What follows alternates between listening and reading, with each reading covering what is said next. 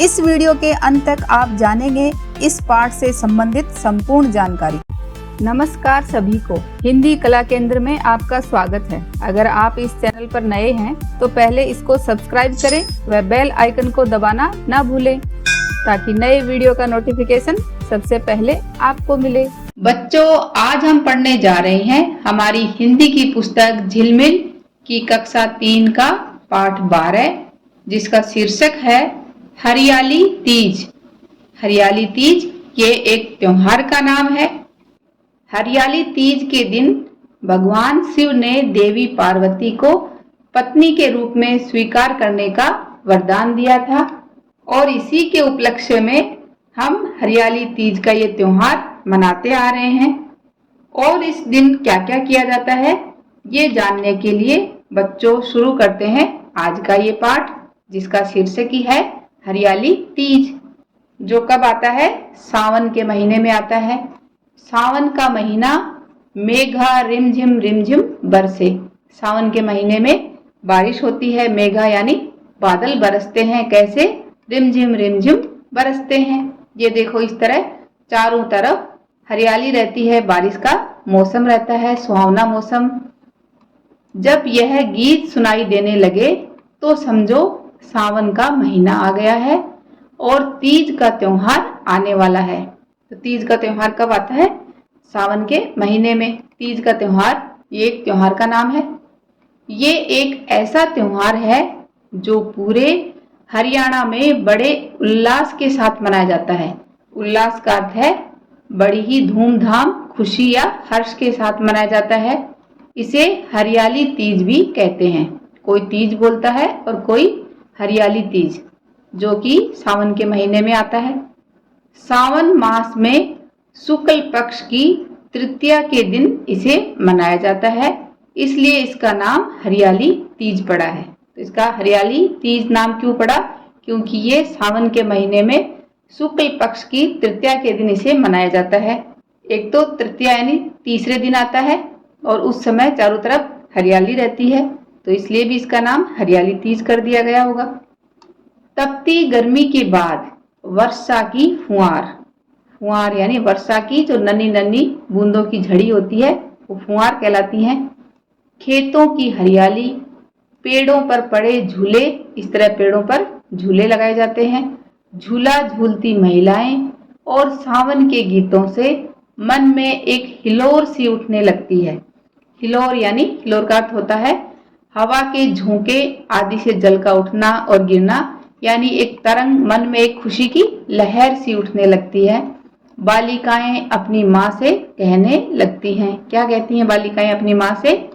झूलन जांगी ए माँ मेरी, बागा मैं मेरी। हे माँ, मैं झूलने के लिए बाग यानी बगीचे में जाऊंगी। एरी कोए संग सहेली चार, मेरी 4 सहेलियों के संग जाऊंगी। झूलन जांगी बाग में, हम सब कहाँ जाएंगी? झूलने के लिए बाग में जाएंगी। झूलन जांगी ए माँ मेरी, बाग मेरी। हे माँ, हम सब झूलने के लिए बाग में जाएंगी। इस तरह बालिकाएं अपनी माँ से कहने लगती हैं। इस तरह का सावन में सुहाना सा मौसम हो जाता है। तीज से कई दिन पहले लंबे और मजबूत टहनों की पहचान करके, टहनों यानी कौन सी डाली मजबूत है उसकी पहचान करके अपना निशान लगा दिया जाता है। अपना निशान यानी ये डाली मेरी है, इस पर झूला मैं लगाऊंगा, ताकि कोई दूसरा उस पर झूला न डाले। इसलिए उससे पहले ही पहचान करके उस डाली पर अपना निशान लगा दिया जाता है। इस प्रथा को डाला रोकना कहते हैं। ये प्रथा क्या कहलाती है? प्रथा का अर्थ होता है ये रिवाज या परिपाटी जो चली आ रही है, इसको डाला रोकना कहते हैं। इस डाले को मैंने रोक लिया। टहनी को हरियाणवी में डाला बोला जाता है। तीज से पहली रात को महिलाएं तथा बच्चे मेहंदी रचाते हुए गीत गाते हैं, यानी तीज से पहली रात को मेहंदी लगाई जाती है। सुबह उठने पर मेहंदी को एक दूसरे को दिखाकर खुश होते हैं और क्या बोलते हैं? धोलोरी ननद मेहंदी के पात, रगड़ बचाओ मेहंदी जी आज।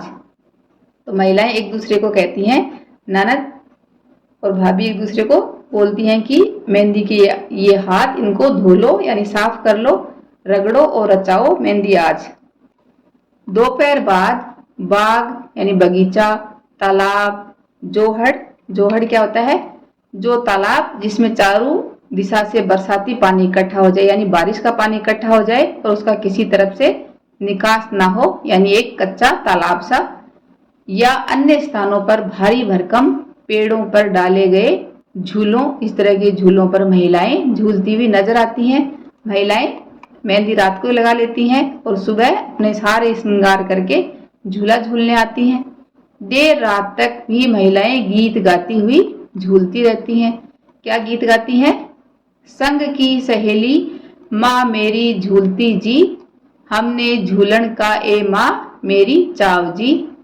कि माँ, लड़की अपनी माँ को कह रही है कि माँ मेरे साथ वाली सारी सहेलियां झूला झूलने के लिए जा रही हैं, मुझे भी हमने झूलन यानी मुझे भी झूलने का चाव है यानी मेरा भी झूलने के लिए मन कर रहा है। हेरी आई से रंगीली तीज, आज ये रंगों से भरी हुई तीज आई है। झूलन जांगी ए माँ मेरी बाग में जी, माँ मैं भी आज झूलने के लिए बगीचे में जाऊंगी, मेरी सहेलियों के संग मेरा भी मन कर रहा है। लड़कियां विवाह के बाद अपनी पहली तीज पिता के घर में सहेलियों के साथ मनाती हैं। तो ये इस तरह का रिवाज चला आ रहा है। आपने बच्चों अपने घर में देखा होगा, आप अपनी माँ से इस बारे में जानकारी ले सकते हो। इस समय ससुराल से उनका सिंधारा आता है। जो विवाहित लड़कियां हैं उनका सिंधारा उनके ससुराल से आता है। सिंधारे का अर्थ होता है, सिंधारे में क्या क्या आता है? मिठाई, घेवर, मेहंदी, चूड़ियां आदि वस्तुएं गिफ्ट के रूप में आती हैं, भेंट की जाती हैं, जिसमें रेशमी झूल के अतिरिक्त वस्त्र और सुहाग की वस्तुएं, चूड़ी का जोड़ा आदि होता है। भाई अपनी बहन के घर कोथली लेकर जाने के लिए माँ से कहते हैं। क्या कहते हैं? मिट्टी तो कर दे माँ एक कोथली, सावन री आया गूंजता, कि माँ सावन गूंजता हुआ आया है, मुझे कोथली बना दो। जाऊंगा री मेरी बेबे के देश, बेबे यानी मेरी मैं बहन के देश यानी उसके गांव में जाऊंगा। सावन री आया गूंजता, सावन गूंजता हुआ आया है। फिर भाई अपनी बहन के लिए कोथली लेकर जाता है।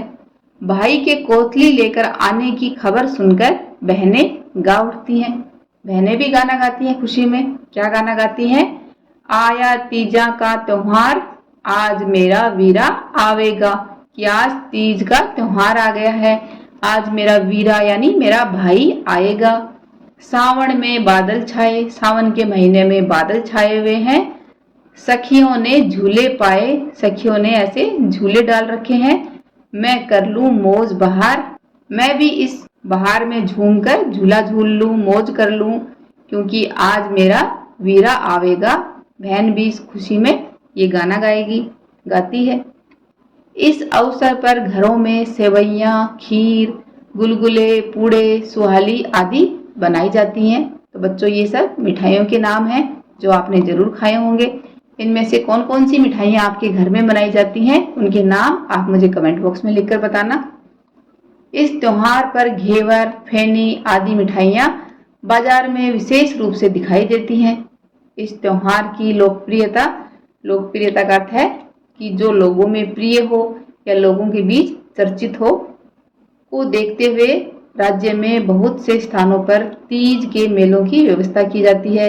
इस दिन इस तरह के मेले भी लगाए जाते हैं। मेले में पींग झूलने तथा सांस्कृतिक कार्यक्रमों का भव्य यानी बहुत बड़ा आयोजन किया जाता है, जिसमें सभी शामिल होते हैं। इस दिन जहां झूलों पर रंग बिरंगी ओढ़नियां लहराती हैं, ओढ़नियां जिनका अर्थ होता है दुपट्टा, इस तरह सभी रंग बिरंगे दुपट्टे ओढ़कर ओढ़नियां लहराती हैं। वहीं आसमान भी पुरुषों द्वारा उड़ाई गई रंग बिरंगी पतंगों से भर जाता है। इस दिन पुरुष क्या करते हैं? रंग बिरंगी पतंगे उड़ाते हैं। बच्चे, बूढ़े और जवान पतंग और डोर लेकर खुले मैदानों में पहुंच जाते हैं और पतंग उड़ाने का आनंद लेते हैं। आप में बच्चों किस किस बच्चे ने पतंग उड़ाई है, वो आप मुझे कमेंट बॉक्स में लिखकर बताना। बीच बीच में ये काटा वो काटा का शोर पतंग काटने की खुशी को दर्शाता है। तो कुछ इस तरह का माहौल चारों तरफ रहता है।